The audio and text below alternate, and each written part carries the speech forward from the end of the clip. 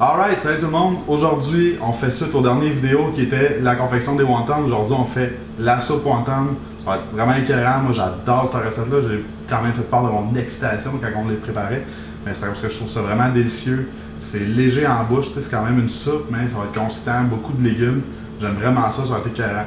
Donc, pour commencer, on va partir le rond. Fait que pour faire comme j'avais dit dans la dernière vidéo, on faisait un rappel avec le gingembre et l'ail dans les wontons en tant que tel. Fait que un petit peu d'huile végétale. Et on y va avec gingembre et ail.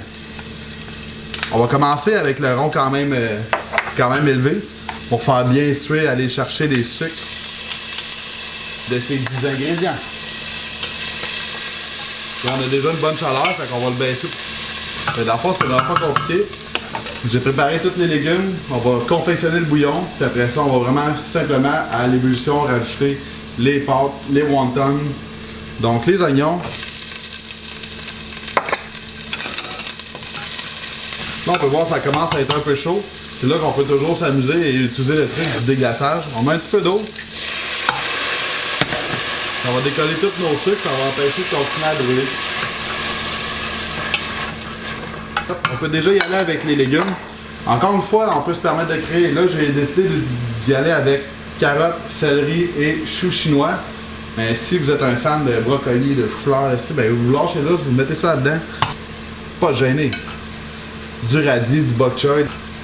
Le bok choy va être souvent utilisé dans ces soupes-là. Mais je trouve que c'est un légume qui boit beaucoup l'eau. Donc, je le trouve moins intéressant. On mange une soupe. Donc là, on va bien laisser suer. Comme tantôt, on va laisser vraiment aller nos légumes coller dans le fond. On va les déglacer, c'est comme ça qu'on va aller chercher le plus de saveur. Vous avez vu que j'ai gardé le chou chinois de côté. Le chou chinois, si on veut garder un croquant, on va vraiment le ramener à la fin. On va aller le mettre avec nos pâtes et nos wontons. Disons, on va utiliser à peu près un 2 à 3 litres d'eau. On va commencer par environ 2 litres. Parce qu'on rajoute d'autres liquides quand même. Après ça, la sauce soya.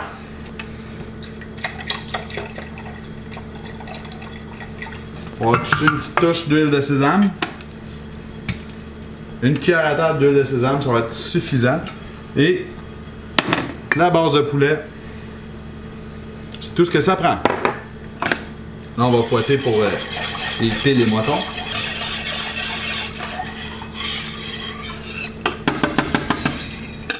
Là, on peut déjà goûter, donner une petite idée, savoir si on rajoute de l'eau. Parce que si on rajoute de l'eau, on veut laisser notre bouillon vraiment travailler ensemble là, pour aller chercher une belle saveur homogène. Effectivement, c'est un petit peu salé.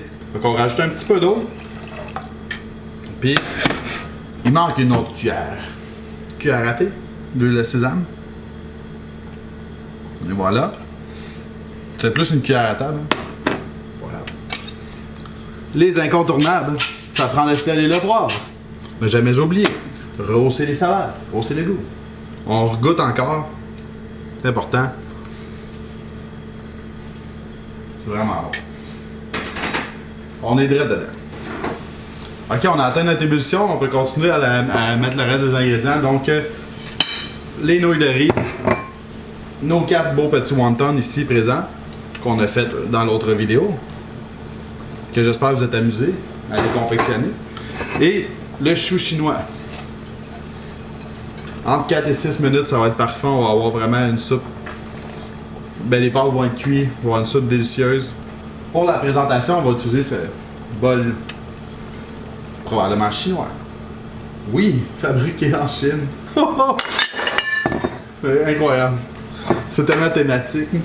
Bon, là, on aurait atteint une ébullition dans notre chaudron. On va juste le baisser un petit peu.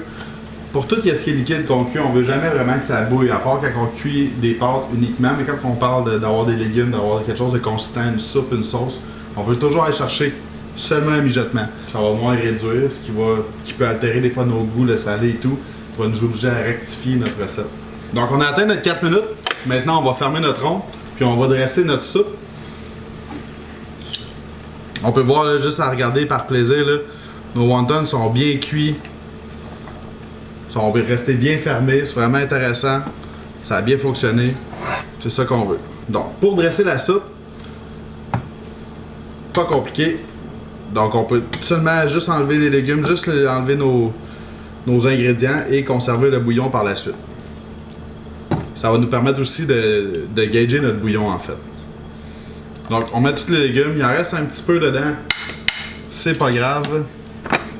On pourra le filtrer à la fin. On fait juste ajouter le bouillon comme qu'on désire, mais évidemment moi ce que j'aime bien c'est de faire pratiquement dépasser tous les légumes. Et voilà, c'est intéressant. Pour la finition, des échalotes. Moi j'aime vraiment ça, fait que comme d'habitude à mon goût, j'en mets. Moi je mets de la coriandre.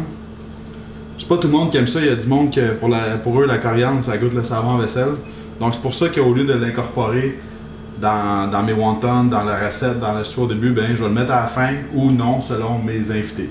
Donc, et voilà, il manque juste une petite baguette chinoise, mais on a notre soupe wonton, faite maison, cuisine karaté.